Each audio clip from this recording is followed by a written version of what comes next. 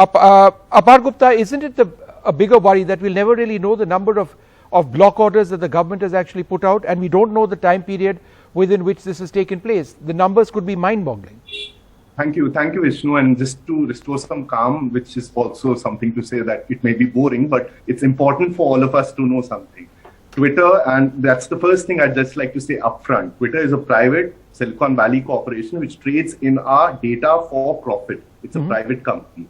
By itself, we need to also consider which is the other entity at the spectrum here. It's a government which has been elected and operates under the Constitution. Hence, as a citizen, as a social media user, what I'm seeking for freedom of speech and expression is from the government conceptually, as much as I may not like Twitter.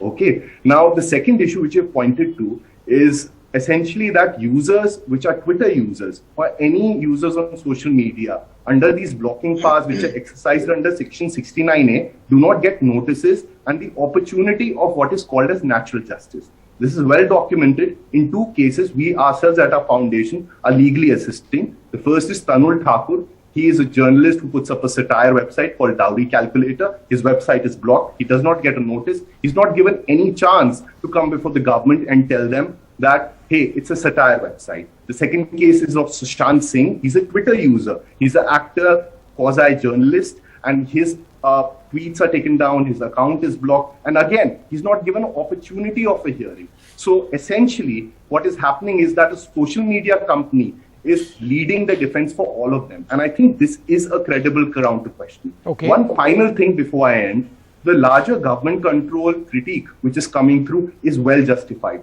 At present, there's another proposal which may go towards law, which are called the IT Rules 2021, which are being amended, which is establishing what is called as a grievance appellate committee, in which the central government will sit in appeal on any decisions of content moderation by any social media entity. Essentially, it will mean that the ministry itself will decide what stays up and what goes down. Right.